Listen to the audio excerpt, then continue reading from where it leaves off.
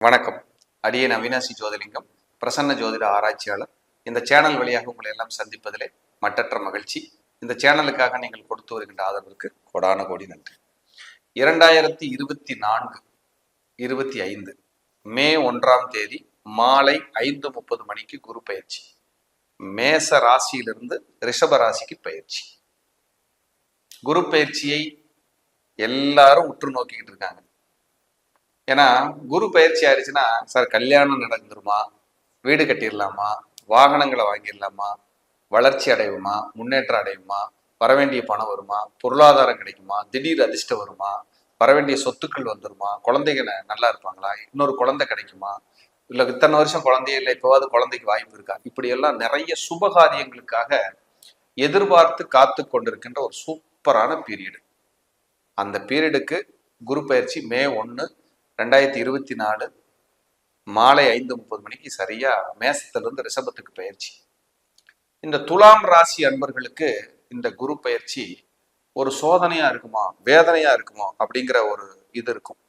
ஆனா நான் என்ன சொல்றேன்னா, திடீர் அதிர்ஷ்டம் திடீர் திருப்பம்னு சொல்றேன். சார் 8ஆம் இடத்தில் குரு, அஷ்டமத்தில் குரு, 8இல் குரு, வாலி பட்டம் இழந்தார், இந்த மாதிரி நிறைய இருக்கும். அப்ப 8ல குரு வர்றவங்களாம் ரொம்ப மாண்டுட்டாங்களா, வீழ்ந்துட்டாங்களா, நெருக்கடி சந்திச்சிட்டாங்களா, இல்ல அழிஞ்சிட்டாங்களா, அதெல்லாம் இல்லைங்க. 8ஆம் இடத்துல குரு வரும்போது ஒரே ஒன்றை மட்டும் நீங்க மைண்ட்ல வச்சுக்கணும். ஃபர்ஸ்ட் பேராசைப்படாதீங்க, முதல் பாயிண்ட். ரெண்டாவது கண்மூடித்தனமா எதுலையும் இறங்கிறாதீங்க. இது ரெண்டை மட்டும் ஃபாலோ பண்ணிங்க, நிச்சயமா தோல்வி கிடையாதுங்க. எந்த தோல்வியும் கிடையாது.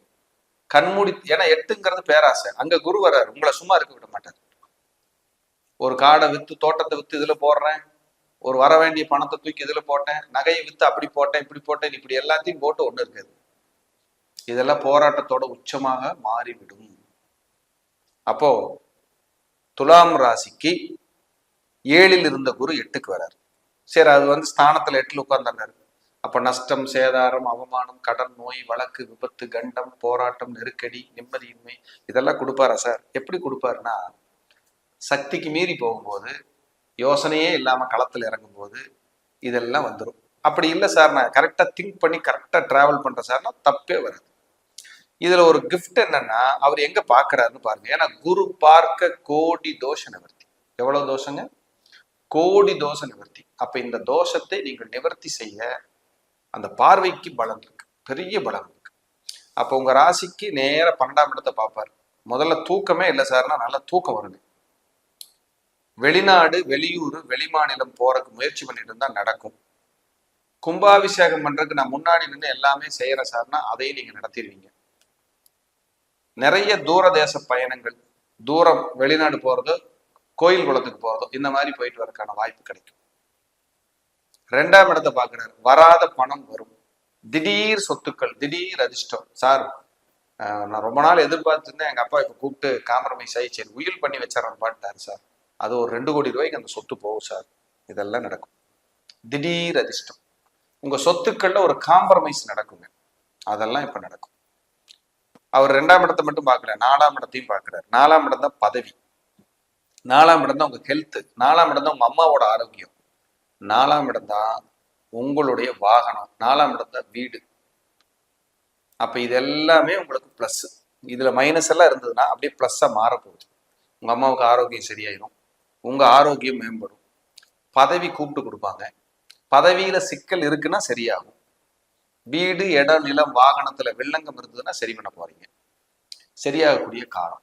ஏன்னா உங்களுடைய நேரடியா குரு 9ஆம் பார்வையா பாக்குறாரு 4ஆம் இடத்தை. அப்ப அம்மா கூட எங்கேயாவது கோயிலுக்கு போயிட்டு வருது, இல்ல வீட்டுல ஒரு ஹோமம் பண்றது, வீட்டுல பூஜை ரூம் சரி பண்றது, இதெல்லாம் நடக்கும். இல்லைன்னா புதுசா கோயிலுக்கு பயணம். சார் ரெகுலரா இனிமேல் காலையில பிரம்ம முகூர்த்தத்துல நான் இந்த கோயிலுக்கு ரெகுலரா போலான்னு ஐடியா பண்ணியிருக்கேன் சார், அப்படி ஒரு புது பிளானிங்கை உங்களுக்கு டியூன் பண்ணும்.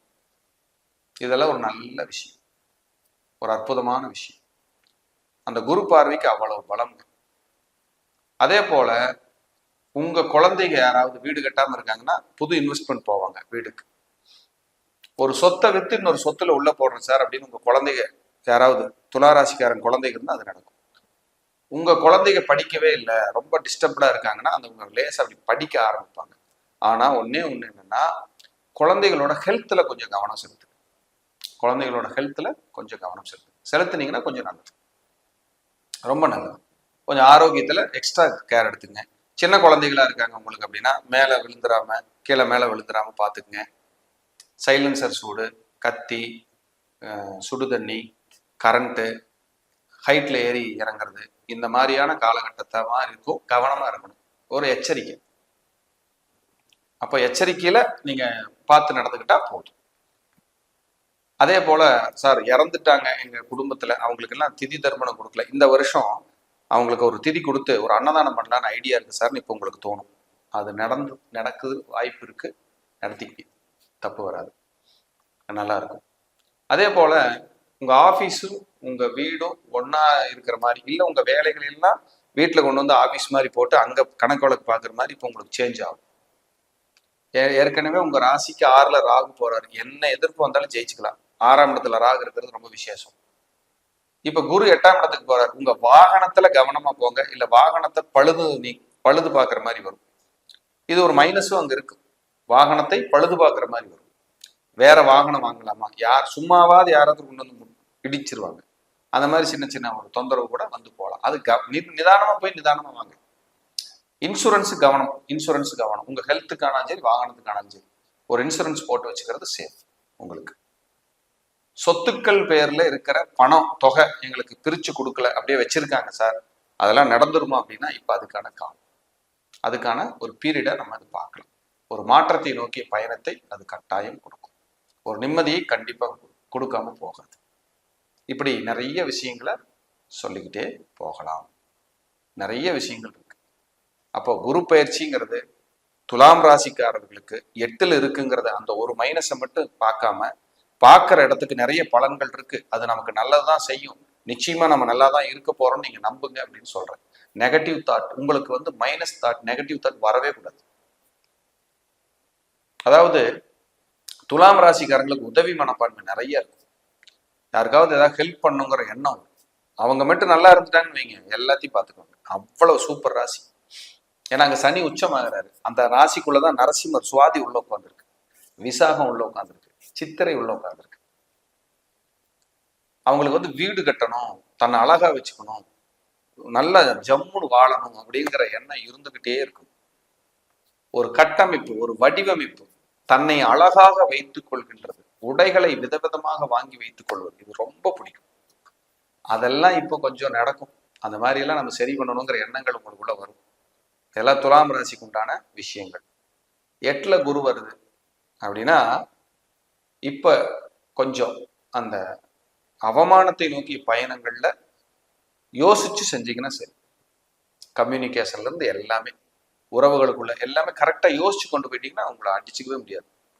8ல் குரு வருதுன்னு பயந்துக்க வேண்டாம் நீங்க. அந்த 8ஆம் இடம்ங்கிறது ஒரு மைனஸ் தான், அதுக்கு எப்படி இருக்கணுங்கிறத நான் சொல்லியிருக்கேன்.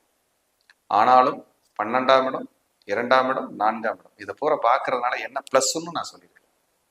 தேவைப்படும் போது மறுபடியும் போட்டு கேளுங்க, நிச்சயமா அது உங்களுக்கு புரியும். அதன்படி நீங்க செயல்படுத்துங்க. உங்க நண்பர்கள் உறவினர்களுக்கெல்லாம் அனுப்பி வைங்க. ஏன்னா 12 ராசிக்கு இதுல பேசியிருக்கேன், அந்தந்த ராசிக்காரங்க உங்களுக்கு தெரிஞ்சவங்க யாராவது இருப்பாங்க, அனுப்பி வைங்க. நிச்சயமா அதை பார்க்கும்போது அவங்களுக்கு ஒரு உந்து சக்தி கிடைக்கும். ஓ, நம்ம ஜாதகத்துல மைனஸ் மட்டுமே இல்லை பிளஸ் இருக்குதுன்னு நினைப்பாங்க. ஜோதிடம் மட்டும் சொல்லலைங்க, வாழ்க்கையும் சேர்ந்து சொல்றேன். இப்படி இருங்க, இப்படி பண்ணுங்க. நான் அதுக்காக அட்வைஸ் பண்ற அளவுக்கு பெரிய ஆள் கிடையாது, உணர்ந்ததை சொல்றேன். இங்கே பெறப்பட்டதை இங்கேயே கொடுத்து விட்டு செல்கிறேன், அதான் உண்மை. நானே உருவாக்கல, எனக்கு தெரியாததெல்லாம் குருமார்கள் கொடுத்தது, இறைவன் அருளியது, அவ்வளவுதான். நம்ம தான் எடுத்தோம், நம்ம தான் கொடுத்தோம், அப்படியெல்லாம் கிடையவே கிடையாது. ஸோ உங்களுக்கு இறைவன் கொடுக்க சொல்லி என் மூலியமாக நான் ஒரு கருவி, இதை நீங்க கேட்டுட்டு இருக்கீங்க, அவ்வளவுதான். நான் பேசுறதுனால பெரிய அதெல்லாம் இல்லை, பெரிய ஆளு இவர் நல்லா பேசிட்டார் அப்படியெல்லாம் இல்லைங்க. எனக்கு ஒரு ஆப்பர்ச்சுனிட்டி உங்களுக்கு சொல்றதுக்கு, அதுதான் உண்மை. அதை நீங்க கேட்குறீங்க, அதுல கேட்டு 2 பாயிண்ட் கிடைச்சு நீங்க ஹாப்பியாகி ஒரு நல்ல நிலையை நோக்கி நீங்க பயணிச்சீங்கன்னா அதை விட சந்தோஷம் எனக்கு வேறொன்றும் இல்லை. மீண்டும் ஒரு நல்ல பதிவில் சந்திக்கிறேன். நன்றி, வணக்கம், வாழ்க வளமுடன்.